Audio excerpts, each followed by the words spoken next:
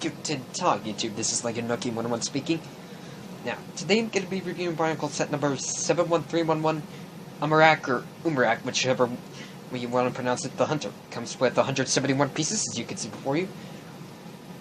Though some of them aren't really all that interesting.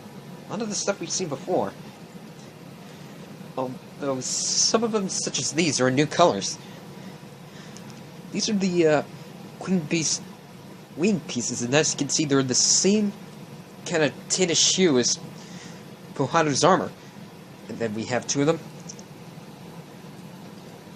These, I'm not sure if we've gone before, but essentially they kind of resemble the Queen Beast wings, just smaller. And then they're in that same tan color. These pieces we've gone before, which are the Y-shaped connector ports, which have 3 axle ports instead of 2. These pieces we've got Tahu in this color, but this is a new guy. This is the official mask of control. This is a pretty interesting design. And as you can see, it's done in gold. And I'm saying, I kind of like the design of this. Pretty interesting. Here's Umarak's chest, which I do find kind of interesting. Almost looks like a second face. And then of course, here's his Mask of Shadows, which starts in a black, fades to a transparent green. Pretty interesting color combo. Do like the overall design. But it does look kind of old and jagged, which I guess is okay. And everything else we've gotten before. Shadow Trap pieces, the Skull Warrior chestplate. Then these I don't think we got in transparent green before. Well, before this set. That's pretty nice. Then there's this blade piece, which we've done before. Then a lot of stuff in maroon. You've got 4 Brock guys in maroon, these spike pieces in maroon, and that's pretty much it for the parts, and I'll be right back. And here we have Umarak all built up.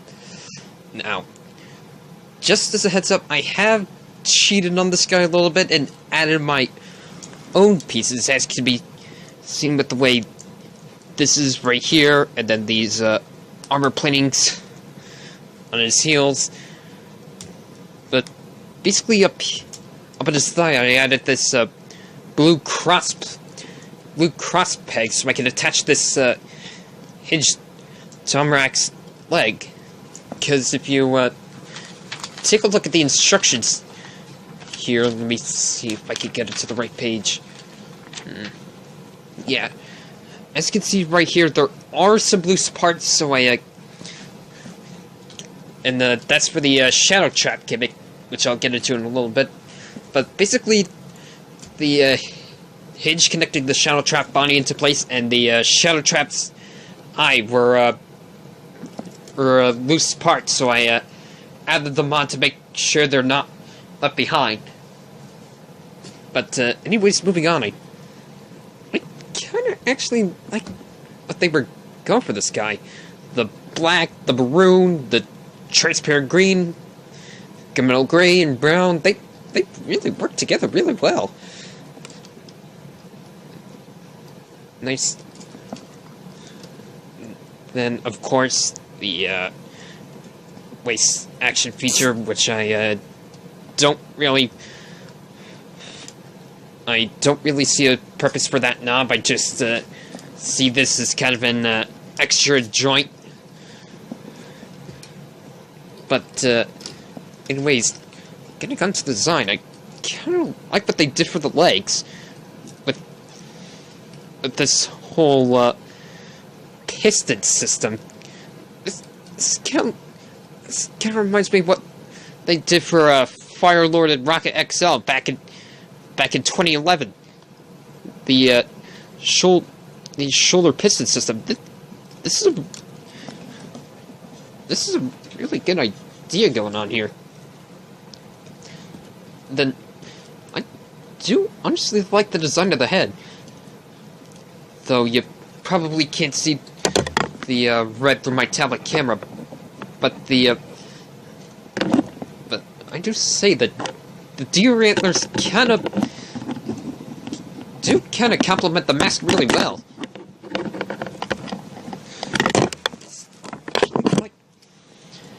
I especially like the way the antlers are designed,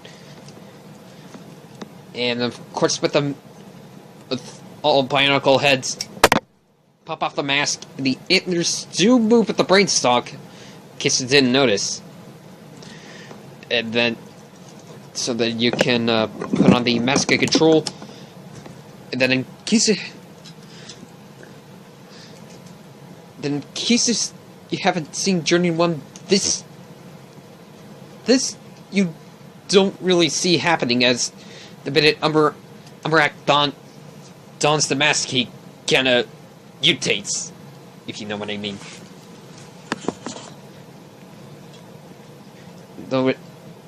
Although I do say the horns of the mask of control do kinda add to the antlers in a really good way. Although the gold kinda clashes with the rest of Umbrak's color scheme.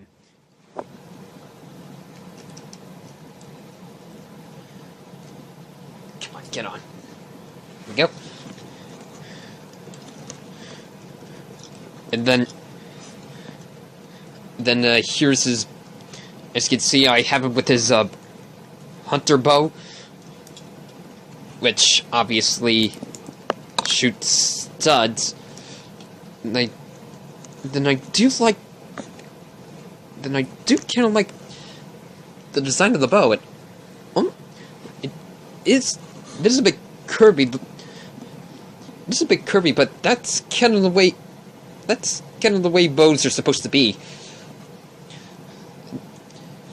This is pretty intricate. And then, of course, you get extra ammo right here. Here's his blade, which I'm not sure why, but to me, swords are kind of lazy. Although, if you do want to have him wield the sword and then have a place to store the bow, I have in fact found a good place to store the bow. You just take it off and then put it in any of these holes in the shoulders. And then if you get it lined up correctly, it actually fits perfectly well. Then, of course, take the blade, put it in his hand, and then I'm not sure what to say about the sword. Although it is a good design, I'm kind of against swords myself. Then, of course, he has the Unity gimmick if you remove the bow. And because I'm lazy, I have took pictures of what Umbrak looks like with the creatures, and here they are.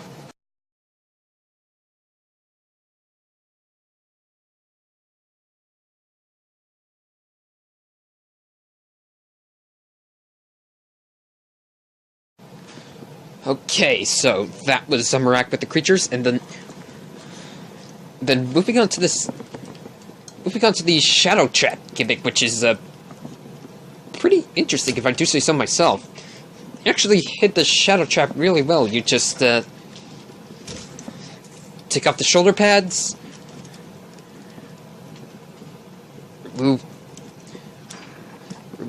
the hinge connector without pulling out the blue peg, and straighten it out. Then take out the claws take out Amarak's toes, and then for the assembly process, you just put the central joint onto both halves of the shell, onto both shell halves. Then take the eye and the tail and use it as a clamp, and then attach the legs.